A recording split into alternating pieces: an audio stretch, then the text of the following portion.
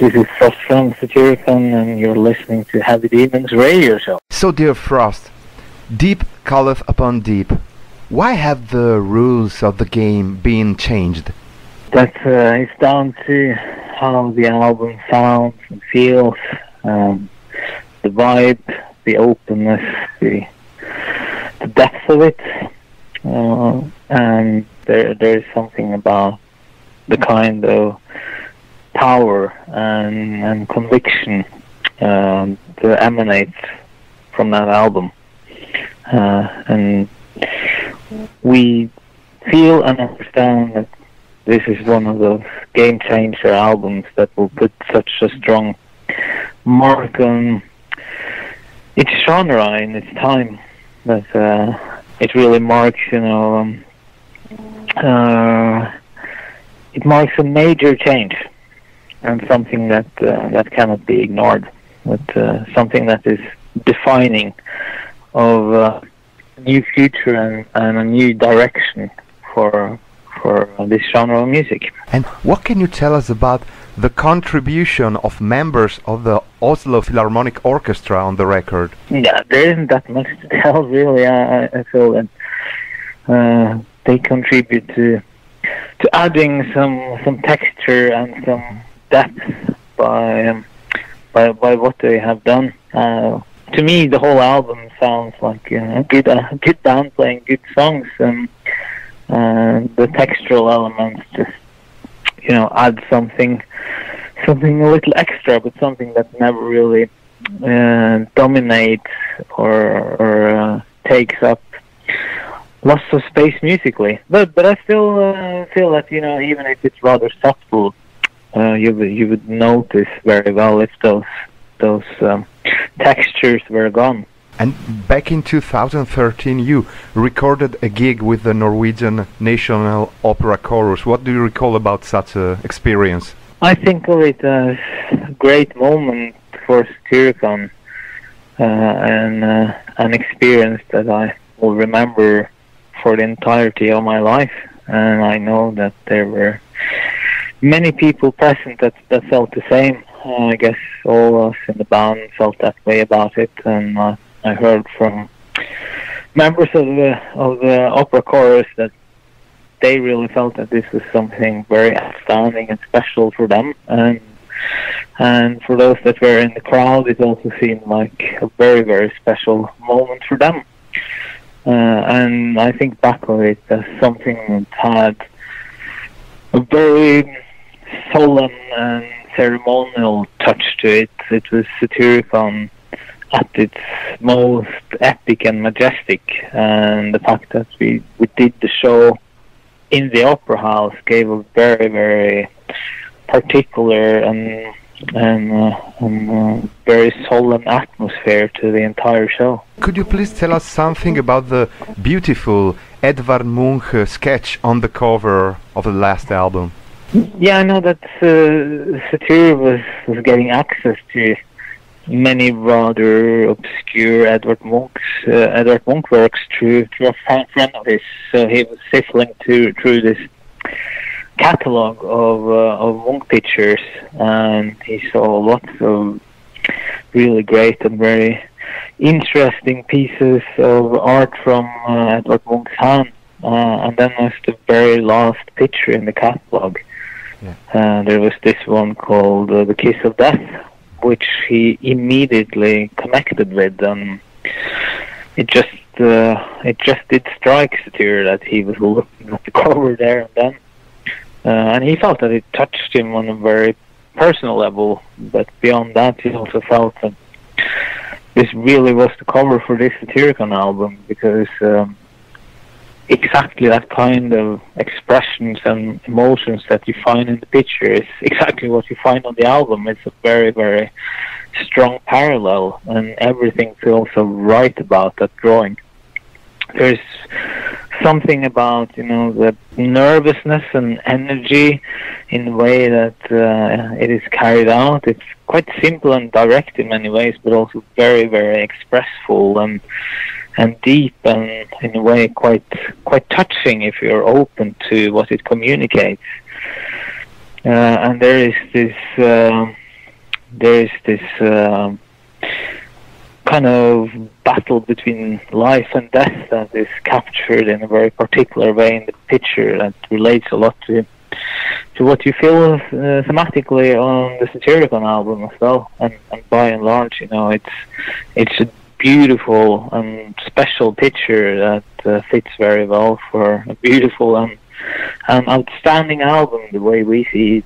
One curiosity is, what are the lyrics of The Ghost of Rome about? You would have to ask Satyr, because that's the spirit of the song. Yeah. Always when he writes lyrics, he writes lyrics that are somehow a projection of what that song is about, only in words instead of music. And there is a movie called The Ghost of Rome, but I think it hardly has anything to do with that. It's just a very it's a different spirit. There's something, you know, a little ancient European about the song, and both Satyr and I would say it's also valid for myself, have a rather particular relation to Italy and especially of the city of Rome. It's, you know, huge historic meaning and the particular vibe of that city. So that is something that connects very well with the quite operatic and melancholic feel of that song. Yeah, and progressive jazz, avant-garde, classical music, metal peacefully coexist in your music. How do you manage to master such like musical syncretism? Satyricon has become much more musically diverse and open over the years. We always try to learn and develop when we work, and as we pick up new techniques and as we discover a wider musical world through our work and find that, you know, it can be brought into Satyricon and empower and enrich the band, then we do so. And with this album, I think that we operated much more intuitively and openly and freely than we have ever done before, and I guess it was a natural result that we made use of very many different mechanisms and musical tools, and that we go in and out of styles and moods and all of that without really thinking that much about limitations or boundaries, conventions or rules. And I think that the album has become much more interesting and intriguing due to that fact. And what shall the fans expect from your tour? They shall expect a band that is all about what the album is about. You will see a very inspired and creative and very energetic and intriguing band on stage, hungry and motivated and present and intense. I look forward to those shows. It's going to be fantastic to feel how that album works in a live environment, and it's going to be very interesting to see how it works with the crowd and what kind of energy and dynamics will arise when we go on this tour. But I know it's going to be great. I'm absolutely certain of it. The early 90s, the pre-internet era, what do you miss and you don't miss about those days? Well, I am that kind of slightly more private person, and it was a little bit easier being private when the means of communication were simple and when there wasn't information flowing all the time, and when people didn't expect that you should always be available. And also I might miss how it was with the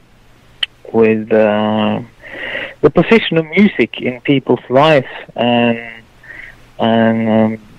the approach to music by people pre-internet. You listen to CDs, and before that you listen to vinyls or cassette tapes, and I think that the relationship between fans and the bands they liked were much closer, and I think music was understood as something more important, as something more powerful, and something that almost had a physical presence in people's lives due to how it was approached. And for me personally, for instance, having something physical that is connected to the piece of music, where you will have artwork, you will have lyrics, and there is something for you to hold in your hands, that brings you much more in touch with it. And I think that music should be that important, and it shouldn't be something that is always around, being in the background, and is being consumed without participation or presence. And unfortunately, the internet has made music into just a piece of entertainment that is always there and that you don't really reflect that much about.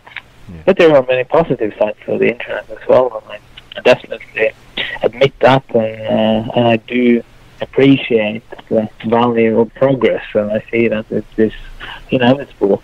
So I don't fight it, but of course there are elements from the pre-internet times that I miss quite a bit. So, one final greeting, a message from Frost to the Italian fans of Satyricon? Yeah, my last message to our fans must be that I really, really hope to see you in Bologna when we get to tour.